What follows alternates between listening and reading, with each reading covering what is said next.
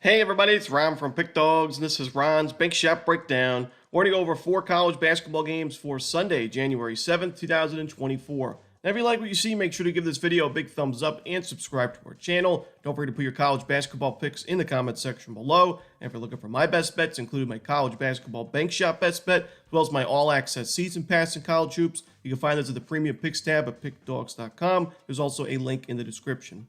Alrighty, let's get into it. Here are the games for Sunday in college basketball. First up, we see UMass and Dayton. This one's going to be a 1 p.m. Eastern start time. It's going to be on ESPN2.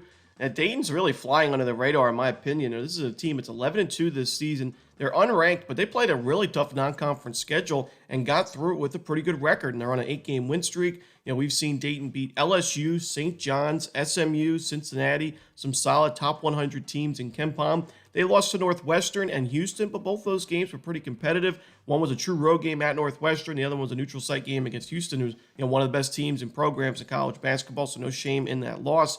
And Dayton looks pretty good on paper in this matchup. UMass, they played well this season, 10-3 record, but they have benefited from a really weak schedule. They were 324th in non-conference strength of schedule. Now, they opened conference play with a win, and a nice win, 80-61 against Duquesne, but that was at home. UMass has not really been on the road much this season. Their one true road game was against Towson in a winnable game against a team you would think UMass should beat, and they lost that game by 10 points, 81-71.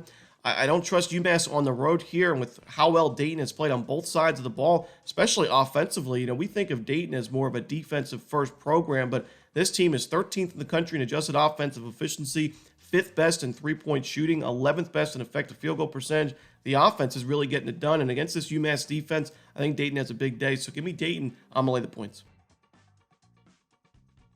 Next up, we see Drake and Belmont. This one's going to be a 3 p.m. Eastern start time. It's going to be on ESPN2 and ESPN+.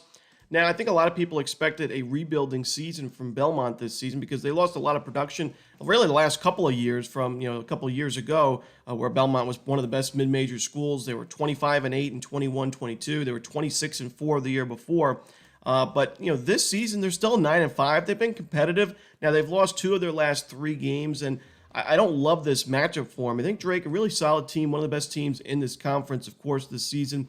They're just a really balanced team. They take care of the basketball, and they're able to force turnovers defensively. They're a strong defensive rebounding team, and Belmont, one of the worst offensive rebounding teams in college basketball. So Belmont's going to be held to 1 shot per trip, basically at every possession this game. And it's going to come down to, can Belmont make the tough shots? And, while they're 37th in effective field goal percentage, they are really taking a lot of low percentage shots, and I do think their offense has some regression concerns going forward. Drake should be able to score the ball, pretty easily in this game. Belmont, not a great defensive team. Drake scores a lot of sustainable buckets. They're 21st in 2-point field goal percentage, 20th in free throw percentage as a team. Like I said, they take care of the basketball, so you're not going to see a lot of turnovers in this game from Drake. And while they're not a great offensive rebounding team, they're a good shooting team that takes high percentage looks. So they don't really need those second chance looks in a game like this, in my opinion. I think it's going to be a competitive game, but in the end, I like Drake's chances to win and cover the number. So give me Drake in this one. Next up, we see Indiana State taking on Northern Iowa. This one's going to be a 3 p.m. Eastern start time. It's going to be on ESPN+. There's some good games on the board for Sunday. It's a small card, but there's some quality, and this is one of those games. This should be a really entertaining ball game. I really like this Indiana State team because not only are they a very good shooting team, they're second in the country in effective field goal percentage, 8th in three-point shooting, and 6th in 2-point field goal percentage. But they're also getting really good looks. I mean, it's not like they're taking a ton of tough shots. Now, they do take their fair share of fast break threes where, they're kind of on the run and, pull up threes. Sometimes those are, low percentage looks, but Indiana State takes a lot of shots inside the paint, and layups and dunks and open threes as well. And that's why they've been able to score a ton of points. It's why they're a very efficient offense. And I think going forward, this is going to be one of the best offenses in college basketball that the Sycamores have.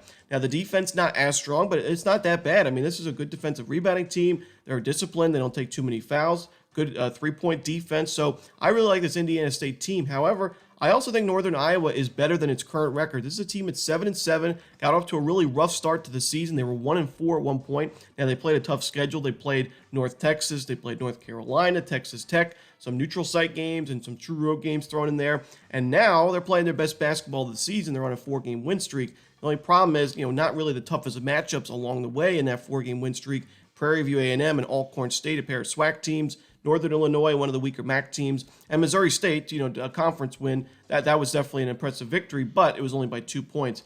I think this is going to be a great game, like I said, and it's going to be a competitive one, just like the Drake-Belmont game. But in the end, this Indiana State offense has the ability to go on big runs, big scoring runs, and in a hurry. Their pace of play is really tough to prepare for, especially for slower teams like Northern Iowa, 243rd in average possession length offensively. I think the pace of play could be an issue for Northern Iowa in this one. So give me Indiana State. Like I said, great game, but I'm going to lay the points with the Sycamores.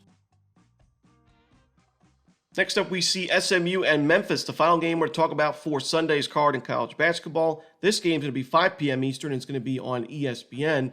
Now, when you look at the SMU defense, I think that this unit in particular is a unit that I think is going to have the most regression concerns going forward in really all of college basketball. Right now, it's 25th in adjusted defensive efficiency, second in effective field goal percentage defense, top 10 in both 3-point and 2-point defense. However, when you look at the shot quality numbers, SMU's defense has not been that strong. They're giving up a lot of high percentage looks to their opponents. It's just been the case where teams are not shooting well against SMU, but they're getting good open looks. And for a team like Memphis, at home especially, this looks to be a really tough spot for SMU defensively. I think Memphis scores the ball at will in this game, and we see this SMU defense regress. Memphis, not the highest scoring team in college hoops. They're 58th in adjusted offensive efficiency, but the pace of play and some of the star talent level they have on the team, like David Jones, really makes it tough for opposing defenses. Jones is a 40% three-point shooter, but he also can get it done in the paint. And I think SMU has its hands full defensively in this game.